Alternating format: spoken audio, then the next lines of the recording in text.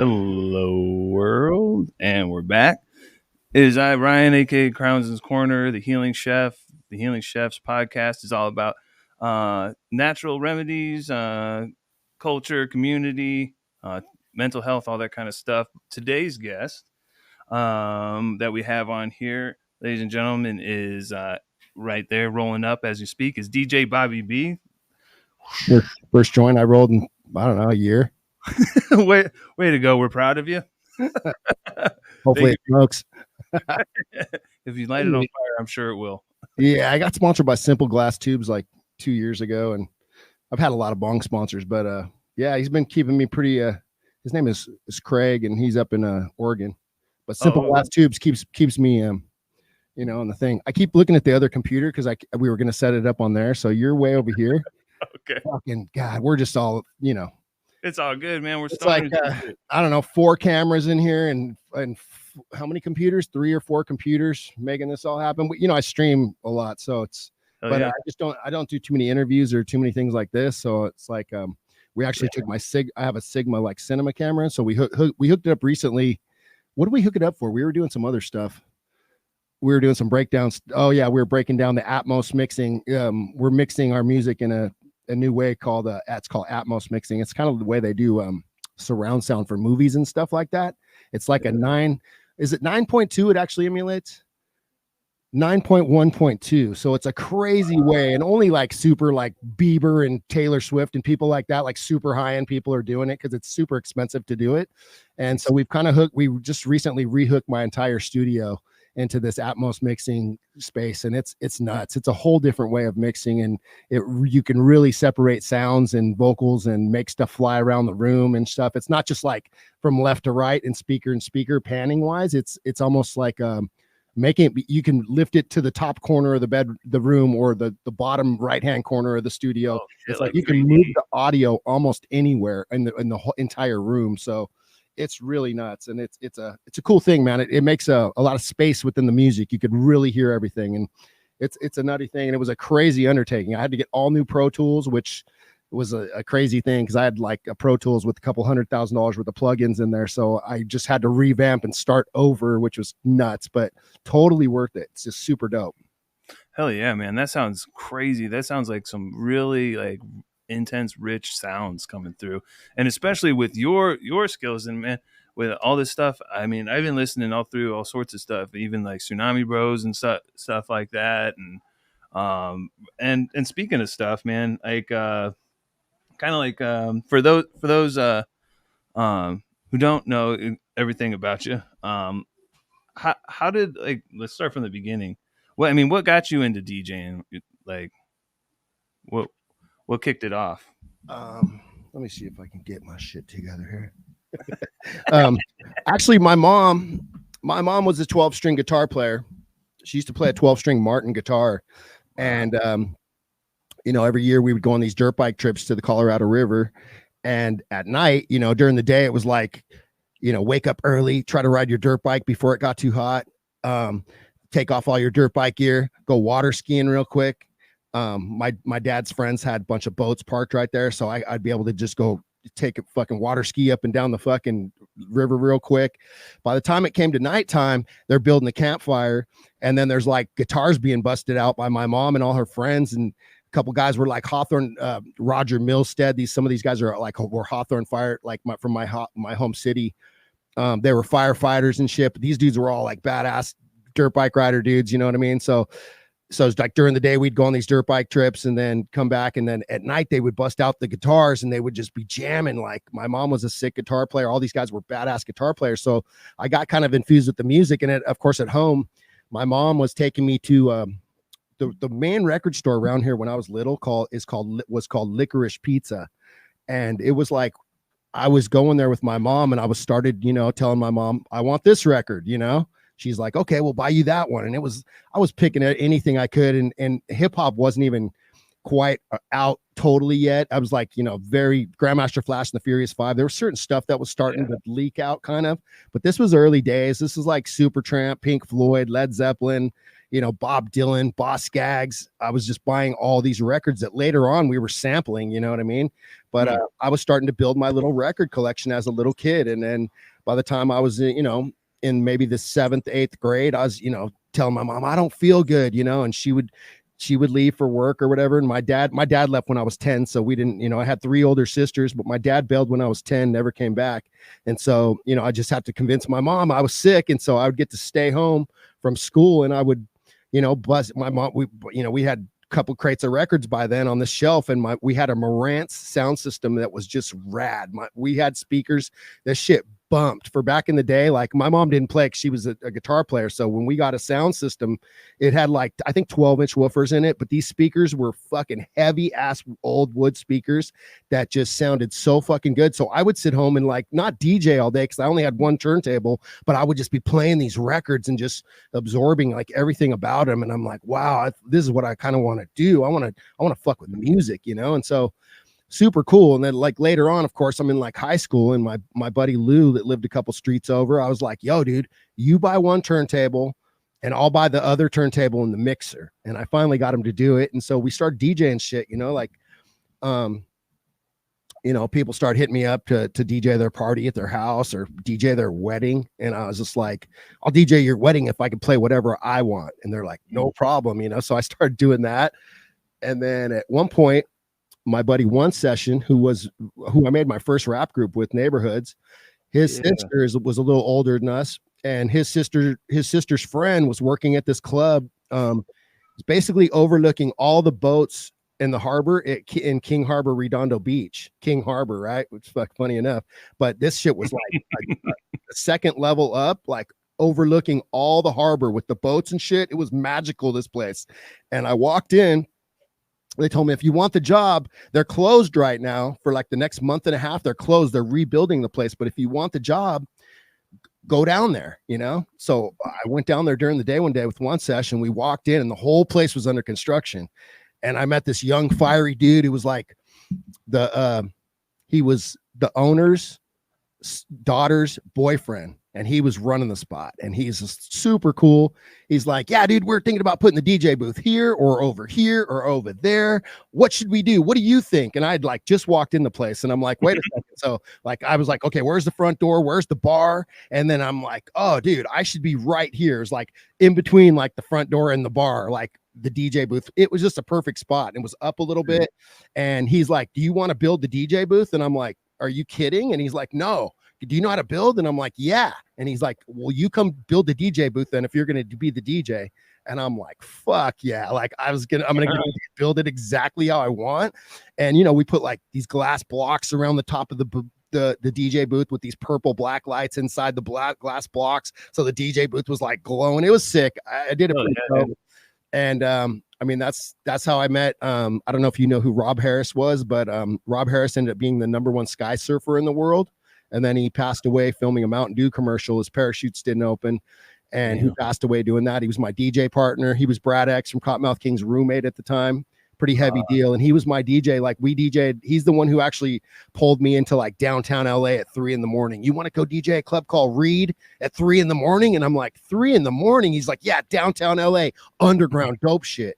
And I grew up going to underground clubs because I had 3 older sisters, and we were being invited to clubs that were like, you didn't even know about. These clubs sold alcohol till 6 a.m, totally illegal, totally underground. You had to like go to like a corner that would send you to another corner in fucking LA or Hollywood somewhere that would send you to another corner. Sometimes you'd have to go to 3 different spots to get the actual address to the spot, right? These guys were gnarly. A bunch of guys from Matt Dyke and I forget the other dude, Salomon, and these guys came from the UK. They started Delicious Vinyl over here, which signed Tone Loc, Born Americans, Master Ace, Brand New Heavies. Delicious Vinyl was a heavy duty underground label back in the day. They weren't really fully mainstream, but they were doing it pretty big. I mean, they signed Tone Loc with Wild Thing and Chiba Chiba and all that kind of stuff. And so we were going to clubs called Power Tools and Dirt Box and The Unsurprising Taste of No Wax for Micah. Some of these clubs were rad, and you'd be standing in this club and fucking Madonna would walk by, and and fucking people like that would be there. Prince would walk by, and we're like underground gnarly clubs, 3-4 in the morning, like people doing gnarly drugs and alcohol being sold till 6 in the morning, like totally underground. Sometimes they would get busted, but most of the time not. Sometimes they were in like level parking lots, and you go up to like the 10th floor, the leveled parking lot, and the fucking sound system would be up there. Just they would bring gnarly sound systems that would just fucking bang. And so I was going to these clubs, and I was fucking 13, 14, 15 years old. And I was going because my older sisters were going, and they didn't check IDs or none of that. You just get in, and really no little kids were going. I was probably the youngest person in the spot most of the time. So I was just, and you know me, I would post up. The first person I ever seen put like a classroom projector in the club, like with these about 6 foot long reel tapes. You know, they would like cut the tape and tape it together somehow. So it would just be like a classroom projector just running some like eyeball on the wall or some weird shit on the wall. You know what I mean? And it would be all over the club. You're just walking around. This is like before visuals and LED screens and all this kind of stuff came out. You know, I was like, it was just super dope. Like you just walking around this club and it's like no rules. And I mean, truly underground, just like, and the music was just nothing you'd ever hear on the radio. Far from it.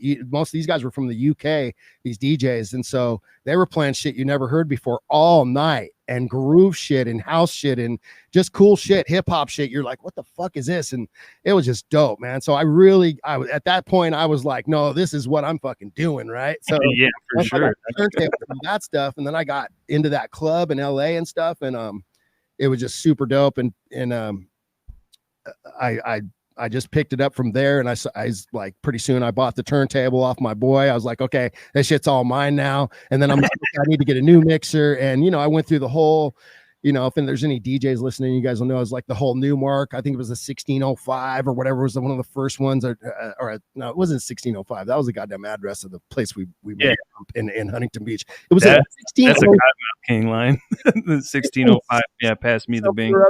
You know, but no, I went through all the mixers, all the turntables, buying Stanton 500s and putting the quarter on the nickel on the top of the needle to get it to not skip and all that kind of stuff. And then, you know, I remember my boys doing that. I was never good at the DJing.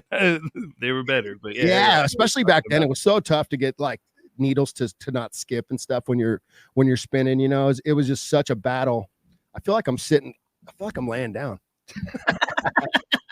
So should I get closer? I don't know. You can do whatever you want. You got the God light. There you go. Over there. That's cool. I got some lighting issues going on over here. You're good, dog. You guys need to go check him out on Twitch, DJ Bobby B, Twitch, whatnot, because his whole setup is fucking sick. I mean, my apartment and everything, I have lights and stuff up. That's pretty cool. But I mean, this is the studio. But his shit is just like is always lit up and fucking dope ass shit going on, especially with music. On Twitch TV, I'm DJ Bobby B. There you go, DJ Bobby B. And go ahead. Check. Oh, I was just talking about like what? Oh man, like how did you find your style? Because I've heard so many different DJs, dog, and even the stuff like the Cottonmouth Kings, like Hidden Stash 2, when he produced on that and stuff like that. That stuff there, I consider that just like classic like stoner stuff, but like I just haven't heard anybody else do like some of the shit that you've done. How did you find your style? Well, let me get an ashtray here. You good?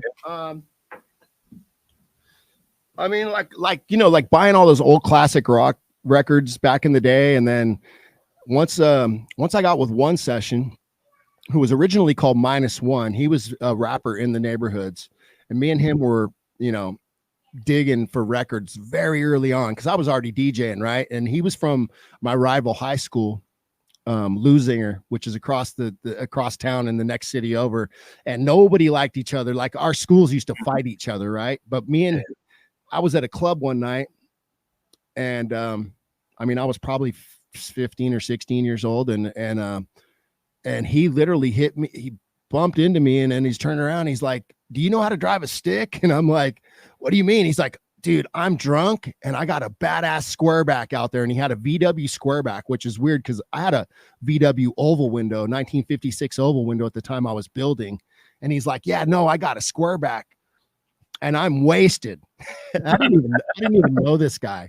And he's like, don't you live in Hawthorne? And I said, yeah. And he's like, well, can you fucking drive me home, man, or and drive my car home? And I'm like, I don't even know you, dude. He's like, I've seen you a bunch of times. I heard about you. He's like, fucking, no, somebody's got to drive my car. I was like, okay. And we went out there and he had a fucking badass red squareback dropped on the fucking ground on 8-spoke impies. Dope as fuck. And I'm like, where the fuck did you get this car? He's like, my sister's boyfriend gave it to me.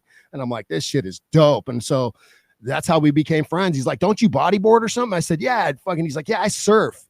And this is the first dude I ever seen do an aerial on a surfboard, fucking literally fly out of the wave, grab his board and fucking land it and keep going. I was like, he was rad. He was good at skateboarding and all the shit. And then he was just totally into hip hop. And so when we were going record shopping and shit, we were like looking for, Disney records and fucking talking records and instructional records and just people talking about weird shit. And we were trying to sample all kinds of shit. I mean, back in the day, we sampled like Edwin Starr, War, and Boss Skaggs and a bunch of weird shit, like old classic rock, old just weird, shit from Disney and all kinds of stuff, So, and then, so we had our rap group. We got signed to React Records, which is a label that came over from, they came from England and they came over here and started an independent label. They had an office on Sunset up here in Hollywood. And they signed us, the Neighborhoods, and they signed Rod Neo and Joe Cooley, and they signed Insane Poetry, who's still around.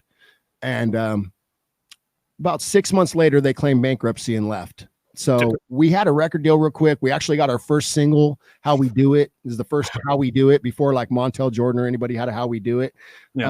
We got our first single pressed on vinyl, which was cool because, back then there was no Serato. Like you had to have the shit pressed on vinyl if you wanted me to play it.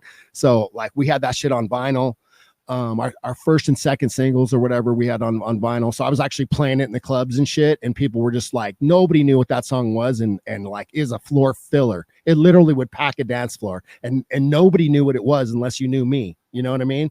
And yeah. I played that shit all over the world. I'd drop it before Cottonmouth shows. If I did a DJ set, I would drop it and the whole place would go off. And like nobody even knew who it was or where it came from or anything. I love that fucking secret knowledge. Yeah, and then so when I was DJing a lot of clubs in Hollywood and all over the place and different promoters, and so certain nights would be for Daddy X and Darren Carroll. They had a promotion called Artist Groove Network, and so they would hire me to DJ certain nights. It would be me and Rob, before Rob passed away, doing the Mountain Dew commercial. But yeah, that's what like. It was a little later on, right around when we were starting Cottonmouth, he got in the X Games, and that's when they had sky surfing in the X Games for like a year or two, and he won the whole shit. And so then he got the commercials, and then he was doing like a James Bond thing where he's supposed to like open a parachute and then release the parachute and then have like 2 more parachutes on. It was like the second parachute didn't open all the way. And by the time, and they tried to have him do it low. So it was like they had the mountains in the background as he's falling.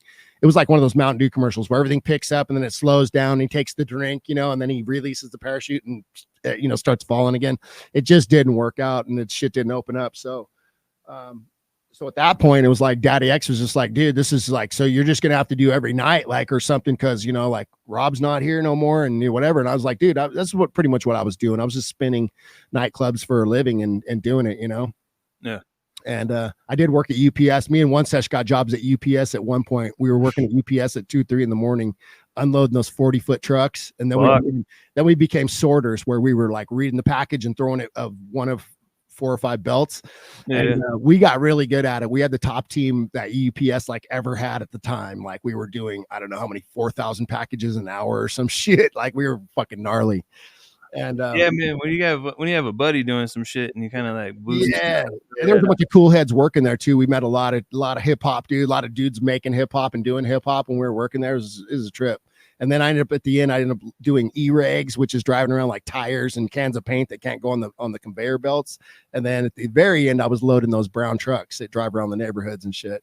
But that was a quick stint. It was like one of the only jobs I really ever had other than DJing, So back to the music, I was like, we were building, and Brad X is like, dude, they love like D-Loc and Brad X, they love the neighborhoods. They were huge fans of the group. They were like, dude, you guys are the shit. Like the album was dope. I could play any of the songs now in the middle of my DJ sets, and they stand up to today's music. They sound just as good at the production, the mixes. They're dope. So actually stood up to the test of time.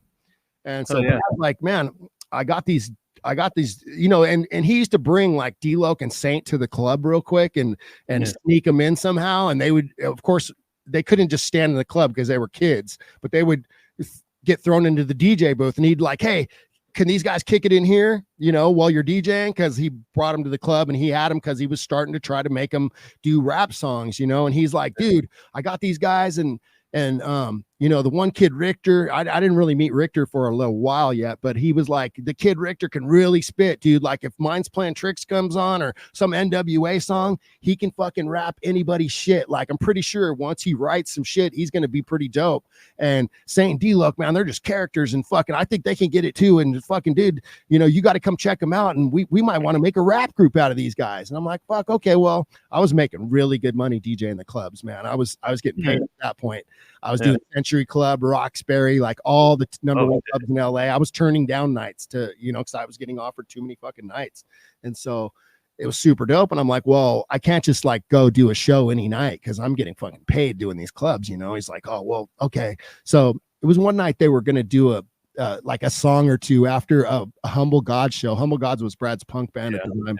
And, I went to the show just to watch them on stage, and they didn't know what the fuck they were doing. They like, I don't even know how they played the beat at the time, but they had the beat come on, and it was like, I don't know if it was Dirt Slang or some fucking song, and they got up there and they weren't good at all.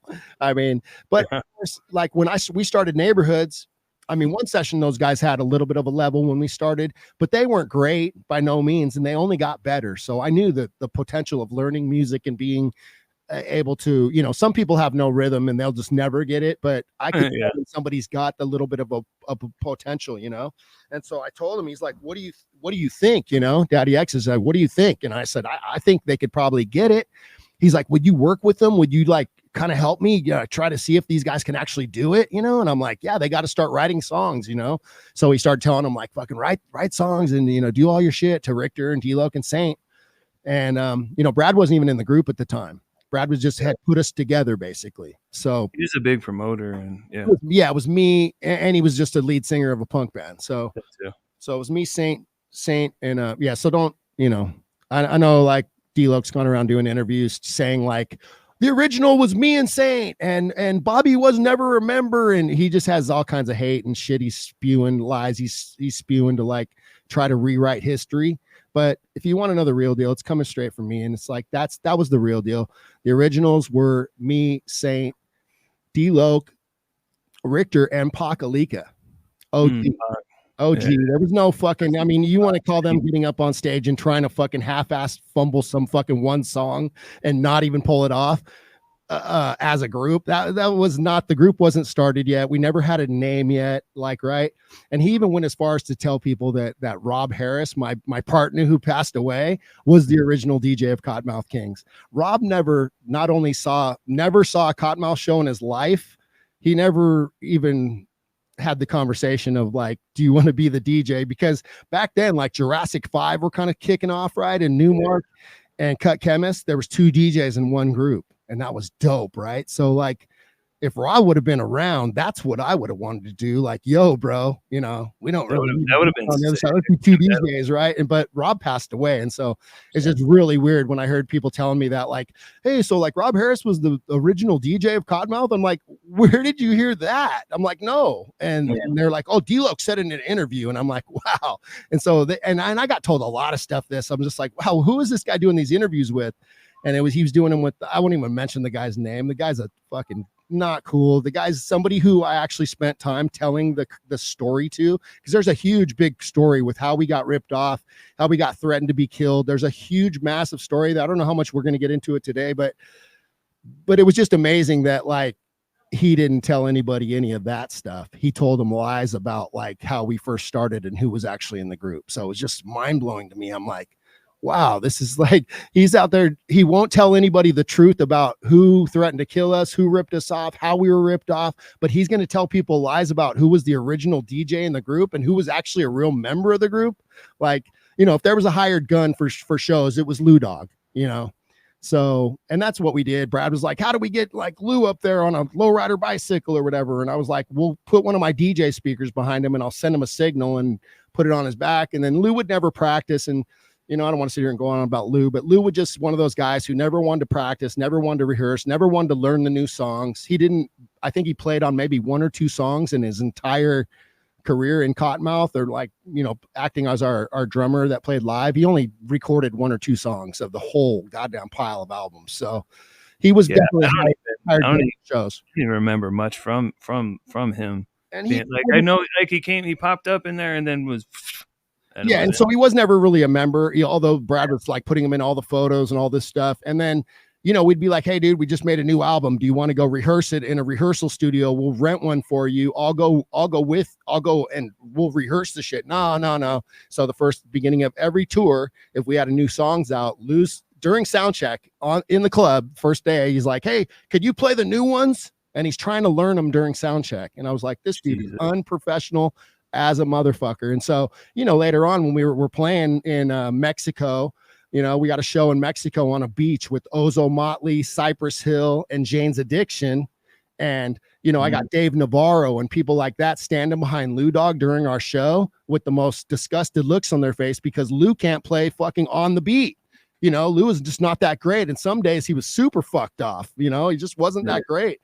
And so people always ask, like, damn, you play with Jane's Addiction and all these fucking big groups. How come you guys aren't getting taken on tour with these groups? You guys took Linkin Park on their first fucking tour ever. Nobody knew who Linkin Park was.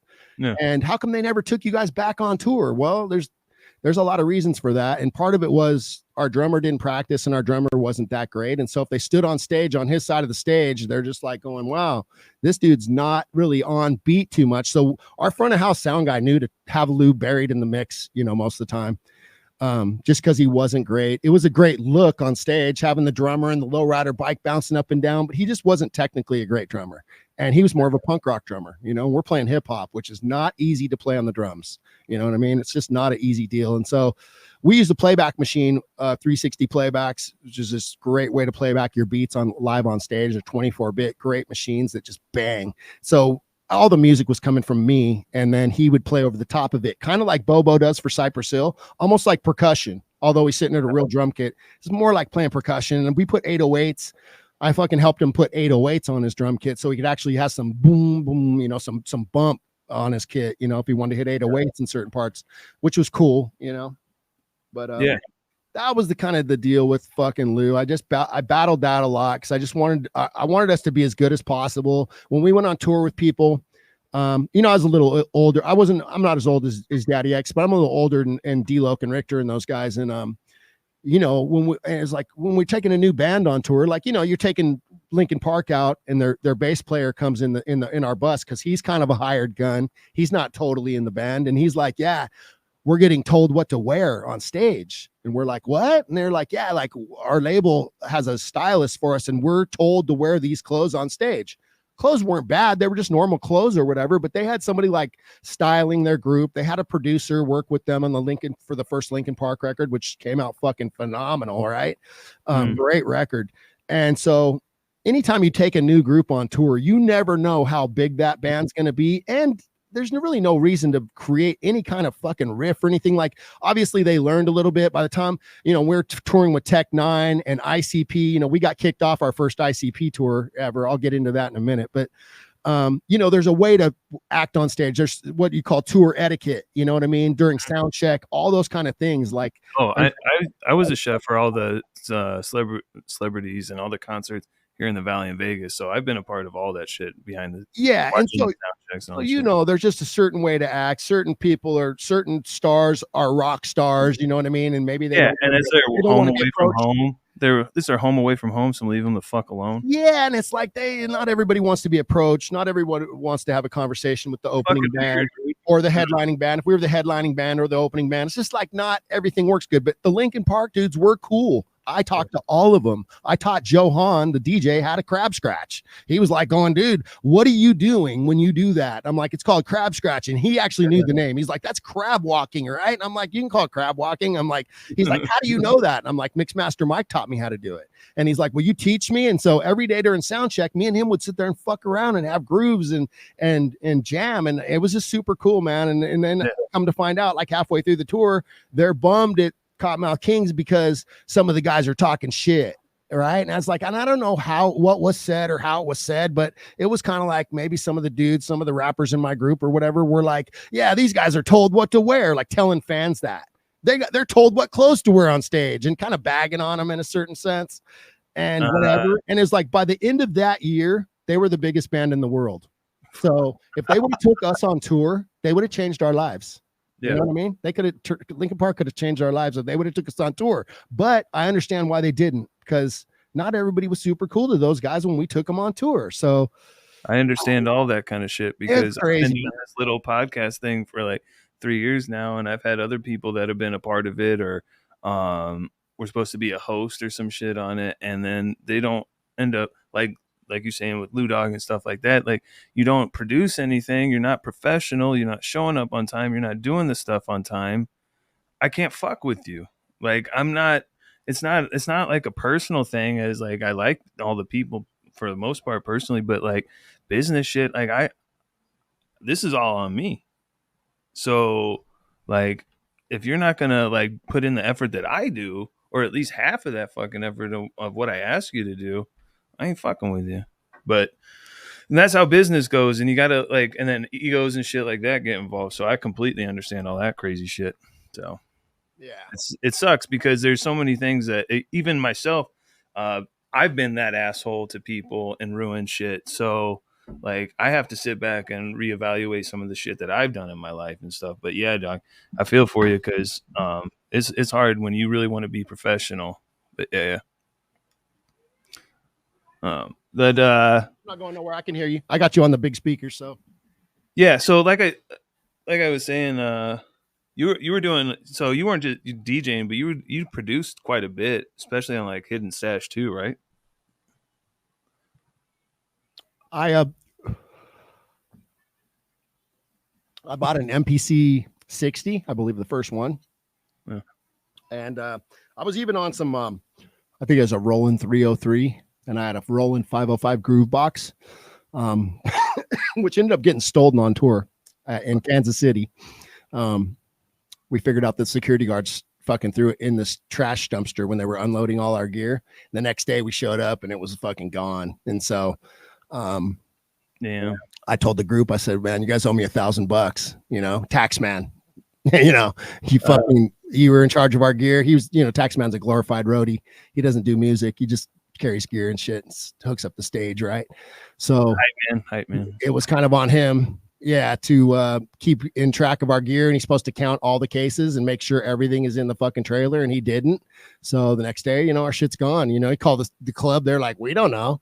So so I said, you guys owe me $1,000. You know what I mean? So they gave me $1,000, and what I did is I bought a double wide rolling rack that was about 4.5 feet tall, and it was I mounted a complete portable studio inside of it with a mixer, 16-channel mixer. I had Pro Tools in it. I had the monitors, the speakers I would pull out and put on top of it. And I had full-blown Pro Tools. I had a computer all mounted inside of it, and I had full-blown Pro Tools on tour for years. And so the rack was kind of big, so I would only carry it. I would only have the guys carry it and put it in backstages that were kind of convenient to get it into. And backstages I wanted to kick it in. Keep in mind, a lot of the backstages around the country are nowhere you want to kick it. They're fucking dusty, dirty, fucking nasty fucking rooms, right? Some places are brand fucking new and just spotless. Like, you're like, it's like a fucking hotel room. You're like, damn, bring my shit back here. And some places the backstage would be up 2 flights of stairs. And this was like a fucking 600-pound case. So I wouldn't always make the dudes all carry it all up into really bad rooms, but it was great. I had Pro Tools and literally my MPC on tour for years. And then after that thing kind of got a pain in the ass to bring on tour, and we started bringing way more merchandise because we were selling out of merch on tour to where we were spending like $6,000 on shipping a tour shipping gear out because we would sell out, we would be 2 weeks into the tour and we'd be out of t-shirts, and we're like, we can't leave with enough. So then we started pressing up more stuff and we started fighting for space in the trailer and weight in the trailer. I mean, my shit was heavy as fuck, and we would be blowing out tires on the trailer just because of the weight problem. And so if we got rid of my rack and I just brought the MPC and hooked into the sound system in the back of the bus, which was totally possible, right? And especially once we played a show, I want to say it was in New Mexico with Limp Bizkit, Smashing Pumpkins, maybe Kid Rock was on the show, I think. But anyways, we showed up and fucking Joe C came and found us. The guy that was the dude in Kid Rock, right? Joe C came and found us and was like, let's hang out, fucking da da da. And then DJ Lethal comes walking up and is like, yo, I gotta show you something, right? And I'd already known Lethal for a while. And he's like, hey, come to my tour bus. And we go out and there's like 4 buses, and I'm like, whose buses are these? And he goes, oh, that's Fred's bus.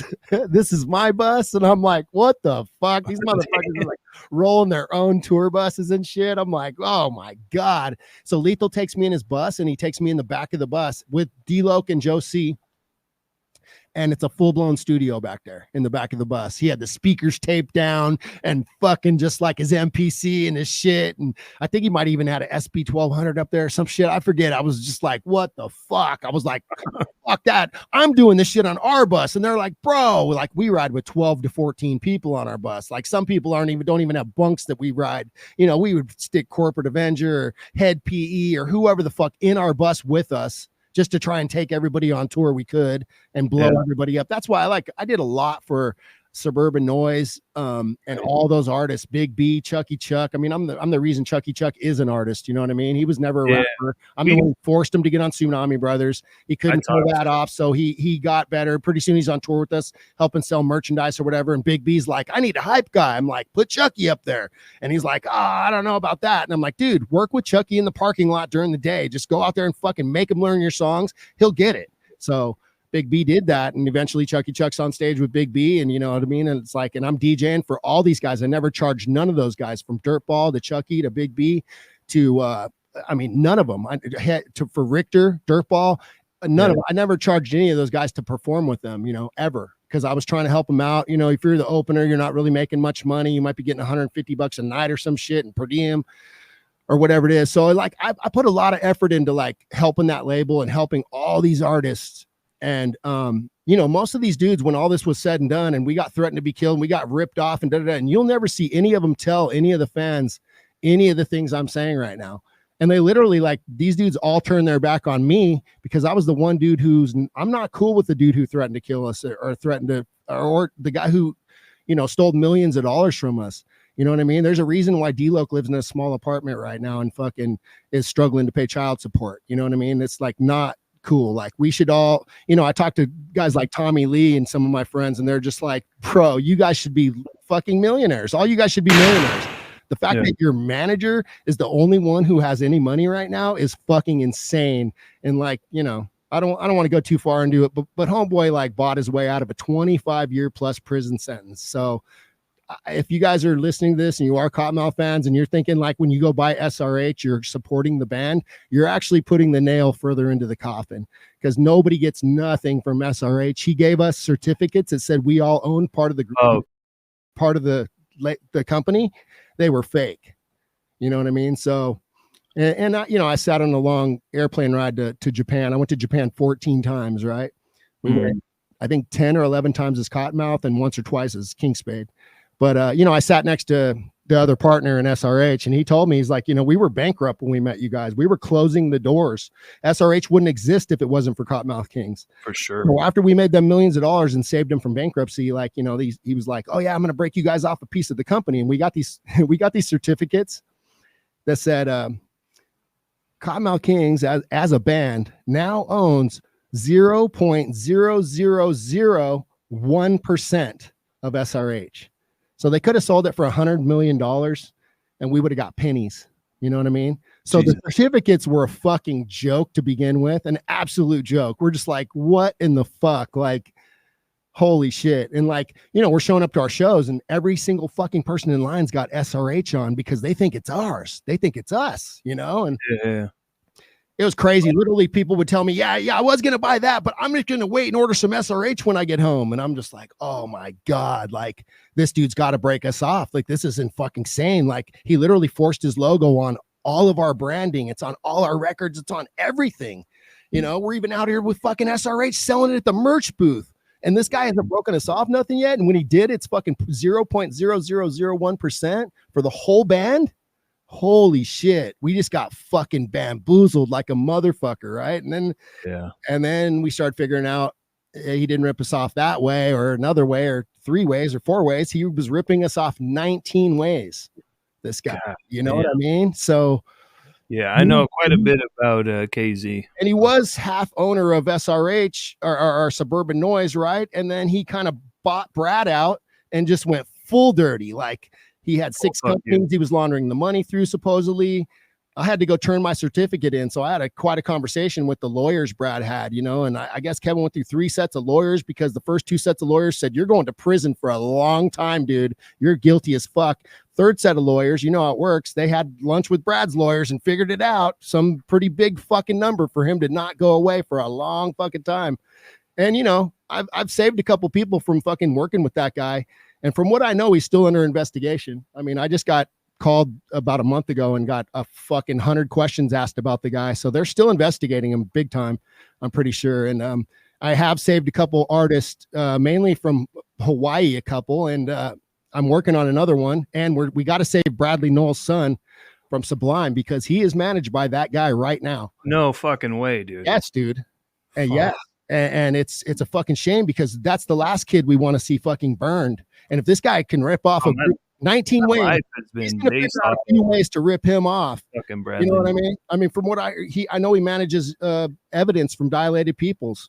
From what I've heard from multiple people, evidence is broke as fuck right now. He has no money. Evidence is broke. How's evidence broke? He's fucking got gold records and he's been doing it for 25 years. Like, you know what I mean? So there's just a lot of exposure that needs to be done, man. And the fact that I'm the only one doing it out of all those artists, 30 something artists on Suburban Noise were all being burned. And I'm the only one saying anything. I guess it's a thing though, you know, because there's obviously, I ain't blowing up right now. You know, my music is selling, but not really, you know what I mean? And so there's a whole thing to being the guy that's talking about the bad shit. You know what I mean? But at the same time, I am the one dude that I know that's telling the fans the truth. You know what I mean? I'm that guy in Arizona. So explain. Any of the weed and shit like that.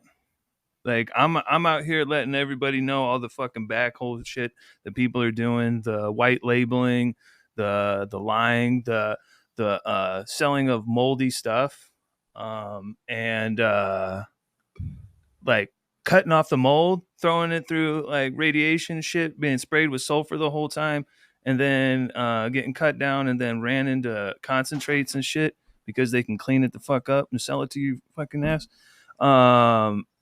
I'm out here letting people know because for the longest time I tried to just be that guy that was just like help supportive and stuff like that, and anything that wasn't for me I just wouldn't fuck with.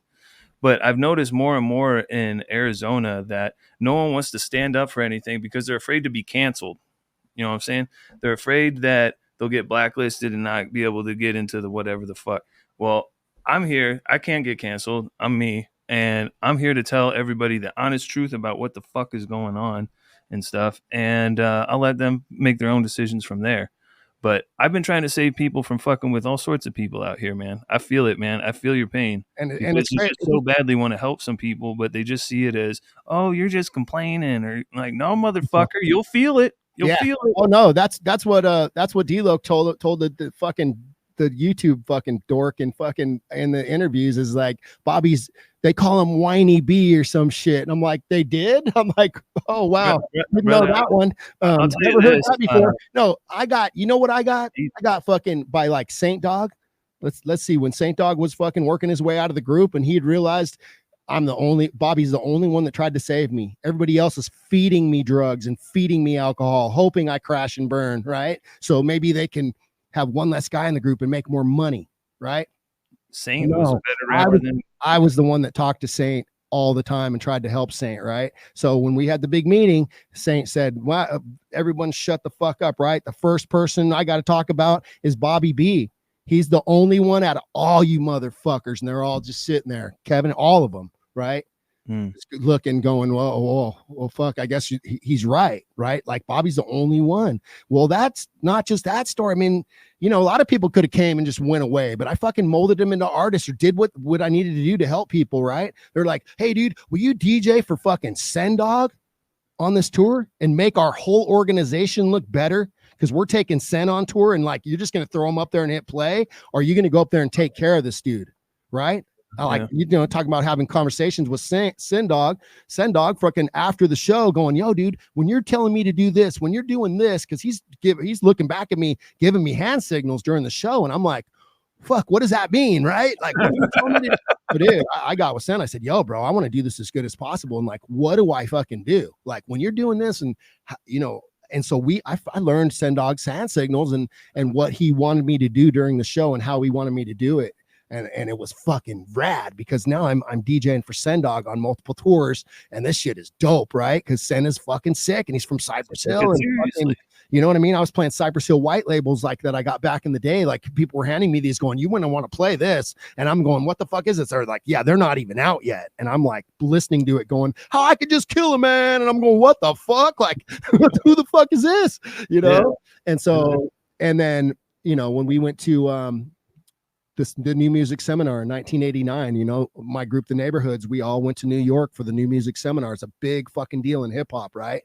And we're going to talks and like, there's like seminars and just like these hotel conference rooms during the day about, like, you know, the N-word in rap. You know what I mean? How dudes are just saying the N-word constantly in rap, and you know, is that okay? And you know, you look up there on the panel, and it's fucking MC Ren and Ice-T and Ice Cube and fucking, you know, Tim Dog from New York, and fucking, you're just like going, what the fuck? Like, walking in and like, you know, D Nice is just coming out, like, you know, I don't know if you know D Nice is, but like D Nice is about to drop, and fucking MC Shan's there, and fucking, I mean, legendary hip hop shit. KRS-One, Run DMC. I'm going to parties at night, right? We're going to parties like the Afros record release party.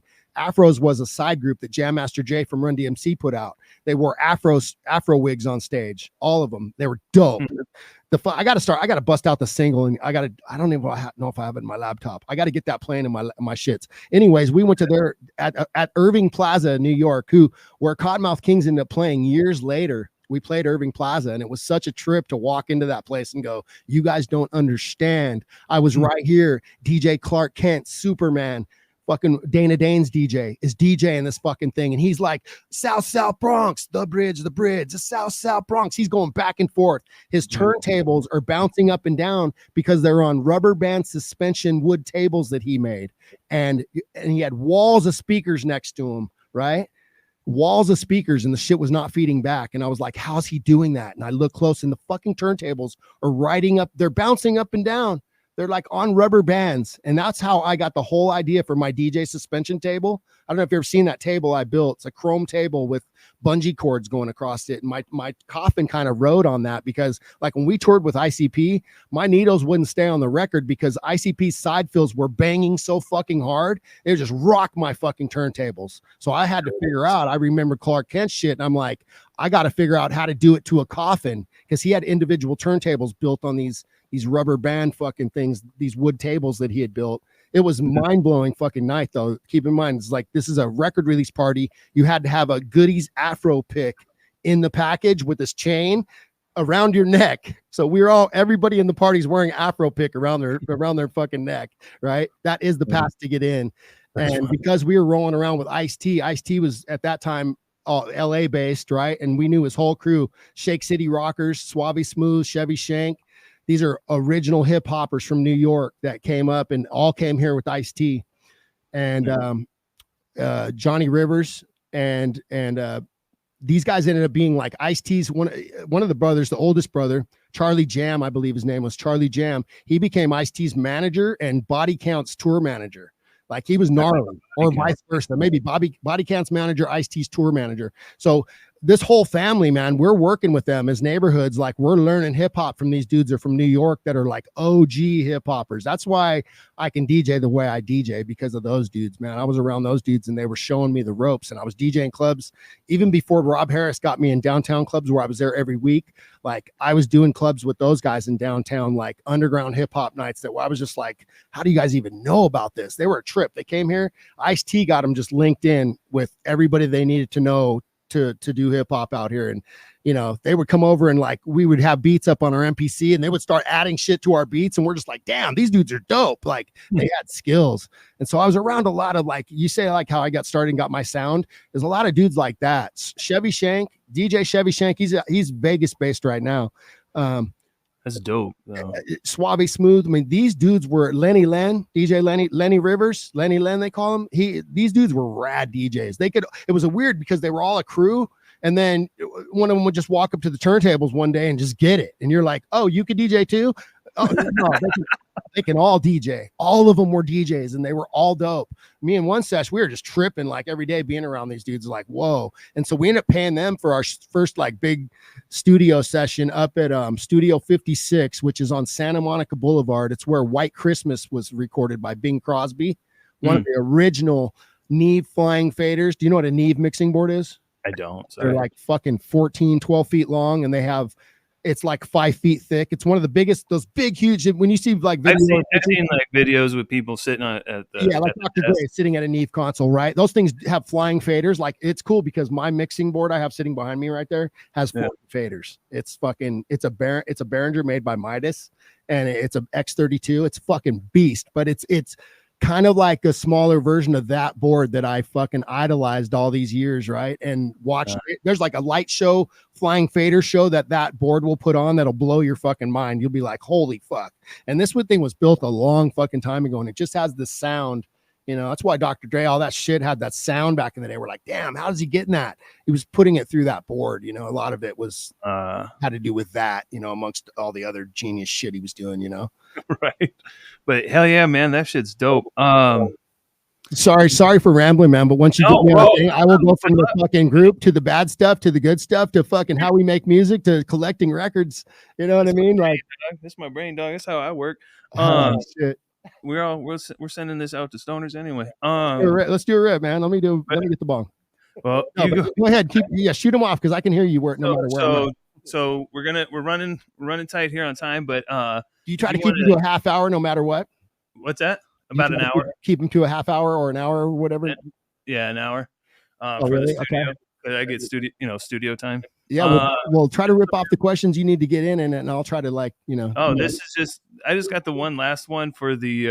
I mean, and then in the future we can like maybe talk or something, do a live or something that's not this involved. But you were saying you got kicked off of the ICP, whatever. Yeah, our first tour ever. How did ICP? I think we were in Nebraska, and we were playing. It was like a sports arena, I think, or like where the buses park inside the building. Yeah, I've done a bunch of those. Yeah, where like the buses are parked in a big ass like room. It's like the buses like literally pull into a room. It's not like they're out in a parking lot, right? So, we have our friend Keiki, this guy from Hawaii. He was selling merchandise on that tour, and I don't know how many shows, or I'm not sure how many shows we might have pulled off before this happened. I don't think it was the first day. I don't think we drove to Nebraska and started the show or the tour. I think we started it somewhere, maybe a show or two before. Maybe we got a show or two in. I forget. I'd be good to research that and know. Anyways, we're somewhere, I'm pretty sure Nebraska, and Keiki he somehow got an extra backstage pass, and he sells it to some kids standing out there, some juggalos with face paint on, right? Oh, great. So, and somehow the whole, I think 3 or 4 of this group of kids got in the backstage with the one pass somehow or something, and they're literally backstage. And back then, Jay and Jay and Shags, they weren't really around much with no paint on. You rarely ever saw them without paint. We did because we were invited to their bus to hang out or whatever. Right. But they weren't in front of fans with no paint very much back then. It was like they really had the thing going where they were hidden until the show, which made their shit that much doper and that much more mystique to it, right? Right.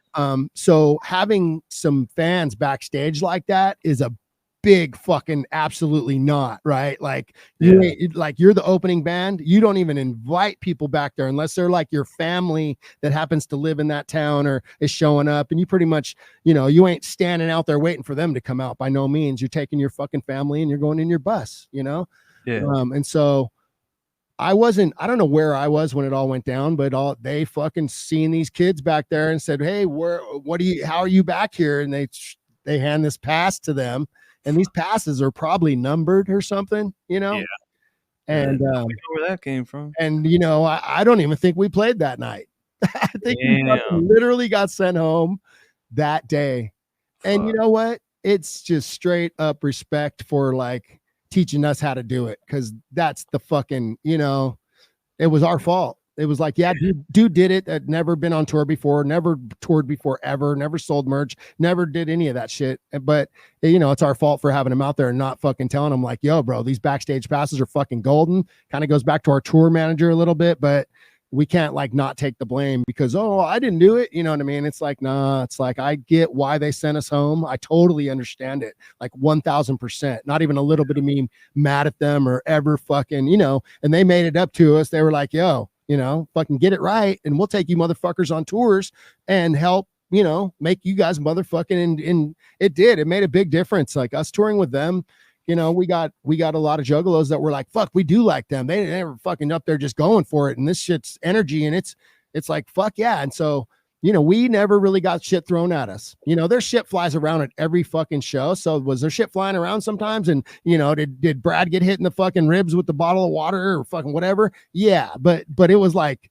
they by no means threw shit were throwing shit at us because they didn't like us. It was like very much from the very first gathering of the Juggalos we played on, it was just all acceptance and all cool and great. And then later on touring with Tech Nine, doing those Strange Noise tours was great because he was bringing people that didn't really know about Cottonmouth. They're like, oh, these guys are pretty dope too. He's doing a lot right now. He's doing a lot. Oh man. Yeah. I play a lot of Tech on my streams and stuff.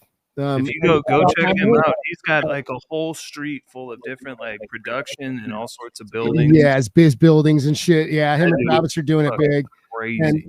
And it's just one of the best guys to tour with too, man. They're just all super nice and super you know what I mean? All those guys got a lot of heart and shit. So it was super cool. Like, man, like ICP guys, man, like Jay, it just seemed like Jay just makes an effort to fucking get to know everybody and be cool with everybody. And then Shags is just that guy. That's just the fucking character that everybody loves. And so like when we did an after party and me and Shaggy ended up on the turntables together and spun like the whole after party together, it was like Shaggy's the shit. You know what I mean? So I actually got invited to the gathering of the Juggalos this year to play on the main stage the whole first night. And we just couldn't come to an agreement on the whole, the whole money thing. So it's a shame, but we just couldn't do it. And I have a lot going on over here with the stuff I'm doing. And I wouldn't want to, half of it is I would be flying out there and getting all my gear out there. I wouldn't just want to, like my turntables are Reloop 8000s. They're from Germany. Your mixer has a certain firmware inside of it. All your scratches, all your samples, all your shit lives inside your mixer. So you got to bring that. They're never going to be able to rent these turntables for me. They're just not even, nobody has them really. And just the way I use a drum machine and the way my shit all goes, it's like, I have to kind of run my shit all together. So I was going to ship all my shit out there and I just had to make enough money to make it make sense, especially if something did fly on stage and dump a bunch of water into my mixer or something, it's like $2,500 mixer. I'm like, oh my God. And it's got all my shit living in there. It's like, it's weird when you save scratches and samples, they all save inside the mixer. So I was just, oh man, I wanted to make it make sense because I really wanted to go, but we just couldn't come to it. And it's good. I ended up doing a lot of other shit and ended up going up to the mountains to this dirt bike race they just had up in Big Bear. It was like the first time they ever did it. And it was a huge deal. I think I'm going to race it next year. So yeah, dude. Oh yeah. Fuck yeah. Yeah, I totally understand that. I saw the gathering of the Juggalos through the like social media and whatnot.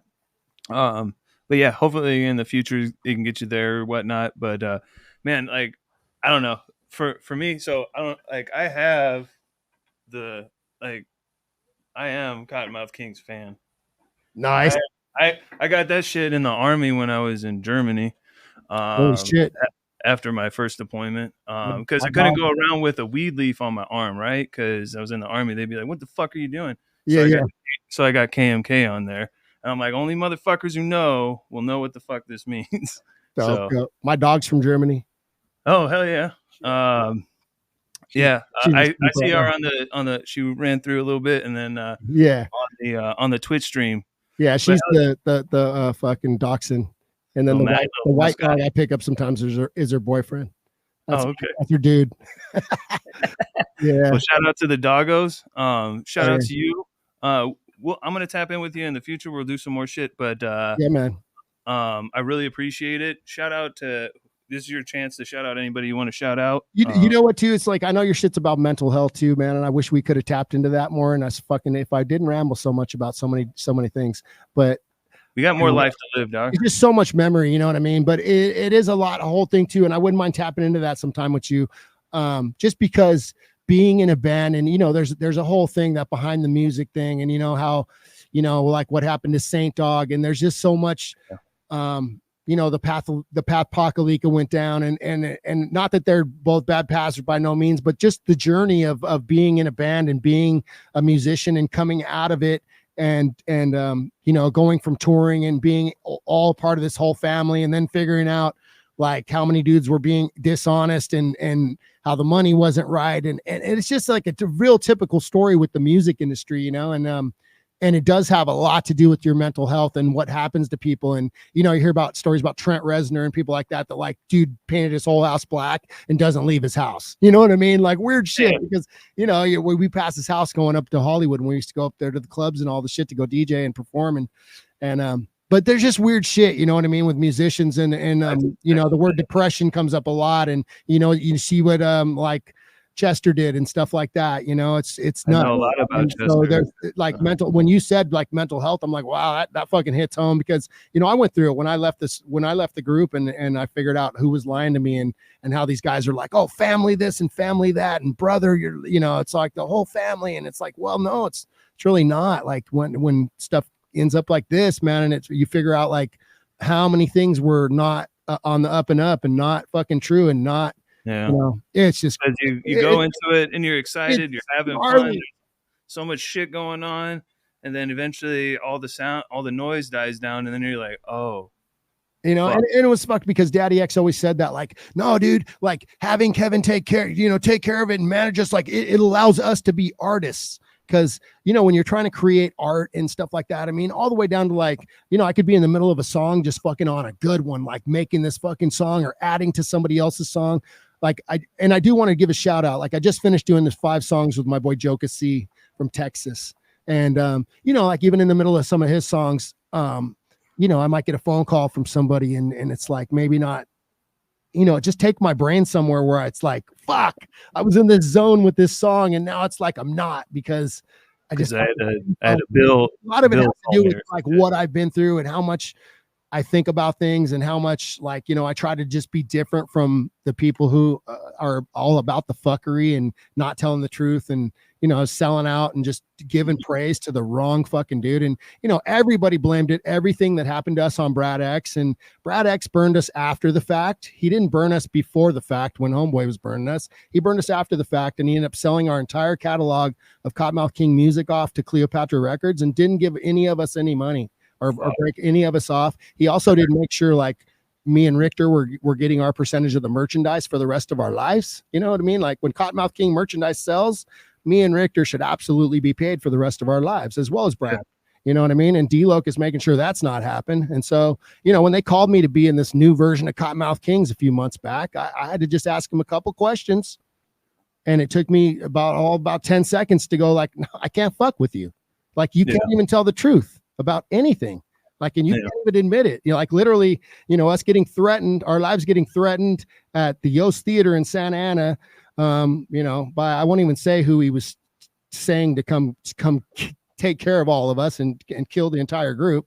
But that turned into and this phone call I got a couple months ago was just, no, he threatened to beat us up in Petaluma. I'm like, well, we didn't play Petaluma on that tour. And what the fuck are you talking about? Beat us up? Like 5'2" dude is not going to beat anybody up. And it's just like, what do you like? Literally couldn't tell the truth about any of it. And I'm like, how can I fuck with you guys? Like, and trust you with like, my, not there yet, maybe on tour for 2 months and come home and you're going to tell me you got bills or some shit? Like, you know, that's what happened to me, dude. That's why I had to step out of the group. We did a show for $16,000.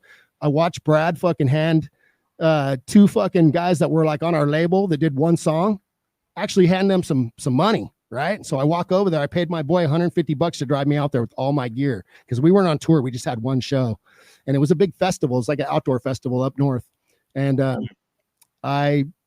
we got paid 16 grand, and I walked over. I said, hey, dude, can I get some money, man? I had to pay my boy to get, and he told me we have bills. And this is 20 years after 20 years of touring. He tells me that we have bills. And keep in mind, the lawsuits with Kevin's already going down. So there ain't no manager trying to make sure everybody gets paid, which Kevin never did anyways, because we never really got broke off much. Even for 2 or 3 month tours, it was just like ridiculous when we'd get paid. It's like, what? And it's like, well, we paid $7,000 for shipping on merchandise. And it's like, fuck, you know, like they always have some excuse. And it's just, I do want to talk to you more, because if I can expose some shit or not so much expose, but just teach people more how to fucking treat their music industry run if they're going for that. You know what I mean? How to That's exactly what I want to do with the cannabis thing. That's what I'm doing out here. So that's great. Just inform people. And like, if you're going to get in this business, this is the way you should do it. Avoid this, avoid that, avoid these people. And it sucks to actually point people out. Like, education is key, though. You do not want to be signed to fucking, you know, I told Stack Styles many fucking times, like, you do not want to fuck with Suburban Noise or fucking SRH or any of that. Like, dude, homeboy ripped us off this way. He did this. You know what he did? He turned around, signed to the dude, and then went to the gathering and put on a fucking SRH thing this big. Do you think Stack Styles sold any merchandise? Fuck no. Anybody that was down with him is going to go, I'm going to go buy SRH when I get home. Yeah. To support this guy. Yeah. I know really good is standing back there with a Spade shirt on too, who's actually been told who the fuck he is. The guy, you know what I mean? So it's like unbelievable how you can inform people, and they're so desperate to be in the industry or desperate to be there, they'll actually fucking go with the guy who they know is going to shoot him in the fucking back. Fucking telling you, I can get my absolutely right. That's exactly how the fucking cannabis industry is out here right now, and that's exactly what I'm doing. Hell yeah, dog. We will tap in some more. We'll get more into that mental health, because that's obviously something that I really take pride in. But yeah, we need to educate people more on the music side, on the cannabis side, on everything. There's some, and that's the thing, dog. I don't care if I get canceled or blacklisted or whatever. I'm not here for these fucking corporations or the bullshit. I'm here to help real fucking people. Yeah, man. That's it. So that's it. There's just a lot of fuckery going on in a lot of industries, and oh man, our shit's in a whole crazy place right now. So yeah, I think the more you can just inform people and like, you know, I didn't even want to do this interview and really go into any of the negative shit or even say names and shit. So as much as you want to edit that stuff out, you know, and replace it with some of the shit we talked about at the end, whatever, you know what I mean? If we go over, maybe you got some extra shit to replace some of the bad shit. And maybe we do one where we talk all about the bad shit or whatever. Do whatever you want to do, and definitely cut this part out. You do edit these, right? You do edit these or no? Yeah, I edit it, okay. But sweet. I'll go through it. We'll see what I Yeah. And so, yeah, I think some of the shit needs to be said, though. Yeah, I wasn't even thinking we would talk about any of that shit, but it's kind of hard to talk about my past and not really hit on all that stuff. And it's weird because I'll weave in and out of it, like the great things from like, I'm teaching Joe Hahn how to crab scratch, like from Linkin Park. The next sentence is like, this guy did this to us. You know what I mean? Fucking brother, we're so similar. It's not even fucking funny. We're very similar. I do the same thing. I'll be talking to people, and in the middle of it, I'll be like, you know what this fucking brand did? Well, it's weird, like, don't fuck with them. But it's weird because like I've had dudes call me. This guy, one dude, he's like wanted me to do a Las Vegas fucking like circus fighting. I don't know. It's people come out in crazy costumes, and I don't know. It's like little people and all kinds of different people fighting each other, right? It's like circus fight in Vegas type shit at some casino. Yeah. And this dude, the first thing he said to me was like, wow, dude who burned you guys burned me bad. He did this and this and this. And is like, right. And so, and then he's kind of asking me about what happened with us. And all I had to do was tell him like what he did to us. And like, dude never called me back. You know what I mean? Like, he's like, oh, fuck.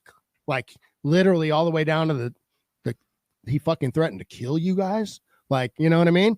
Dude, it was like for sure gonna hire me. I was gonna work with the Dana, the drummer, the girl, whatever, the whole shit, right? But soon as I told him like what happened to us, is almost like he wanted to keep distance. Like he's like, oh fuck.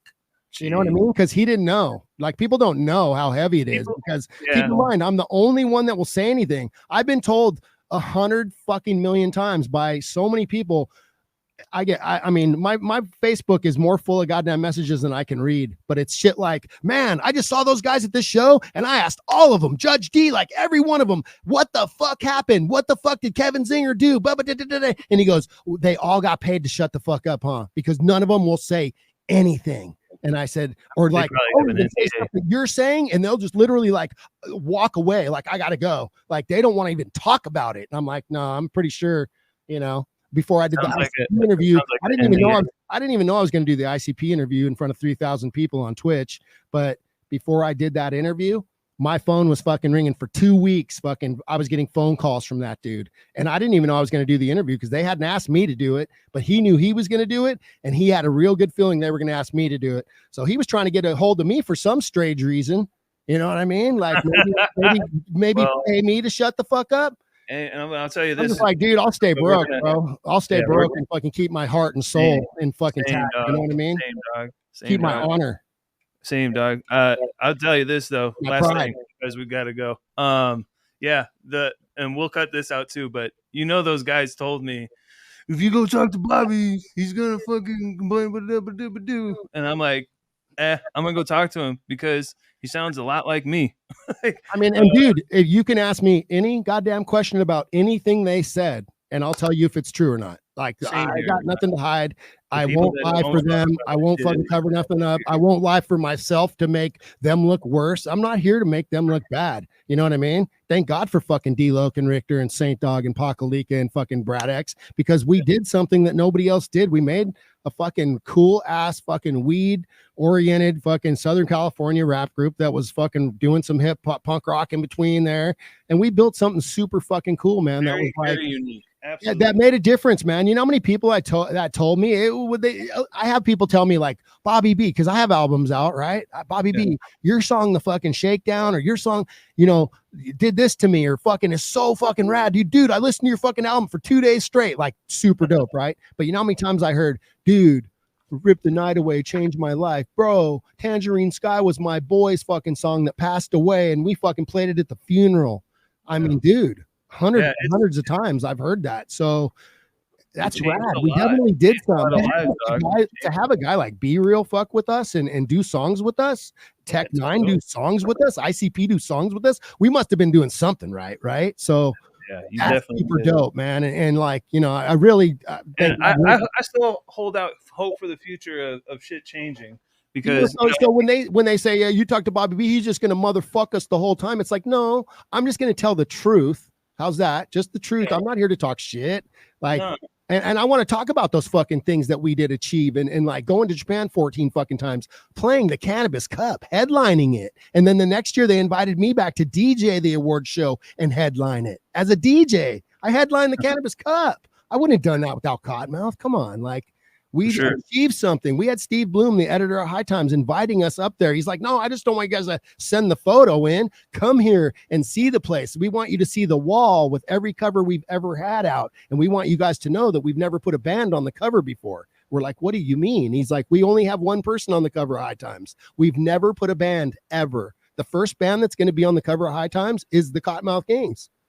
Yeah. Wow, man. What in the fuck, right? So like, there's so much great shit to talk about. And so, yeah, I'm not here like those guys. Oh, no, Bobby's going to say this and Bobby's just mad and whatever. Like the dude, I won't even do the they say about me, dog, but like, I know that's not true. The guy on YouTube that did interviews these guys and just sits there and sucks their fucking dick and just I know who he is. House me, right? Like because I won't do his fucking interview. He's never even been to a Cottonmouth show. He's not even a Cottonmouth fan. He's just trying to get some fucking clicks because he knows there's a little controversy here. Let me latch onto this and try to Google some information, right? Yeah, fuck that shit, dude. I won't even fuck with the guy. You know what I mean? Because I'm like, you know what? He had all the information. He interviewed Kevin Zinger and didn't ask him one question. Never said one word about any of the stuff he did. No, those are the people that just try to get by so they can get the fucking clout off of those other people and shit, dog. The same shit we were talking about. Yeah, man. Shit is mind blowing. But it's been fucking super dope. We're gonna do this again. I'm gonna have to go. I gotta get my Uber going. But hell yeah. I'll see you on the stream now. All right, brother. Talk to you, man. Hey, yeah. Hey, if you this is not this Tuesday, but the next Tuesday. Hey, if you guys go to Twitch TV, twitch.tv/DJ_Bobby B, you could just go to Twitch TV, DJ_Bobby B. I do Wednesdays. Wednesdays, I actually play a lot of Cottonmouth Kings, Tech 9, ICP, all the underground shit, Aesop and Prof and Greaves and all the dope shit. That's Wednesdays at 6:30 or 6:30 Pacific Standard Time. And Wednesdays, a lot of Cottonmouth. Thursdays, I play all the other hip hop, all the old school shit, a lot of new shit. Fridays, I play EDM, heavy bass music. Sometimes Thursdays I go late. You're just if you go on Twitch TV and follow my shit, you'll get notified.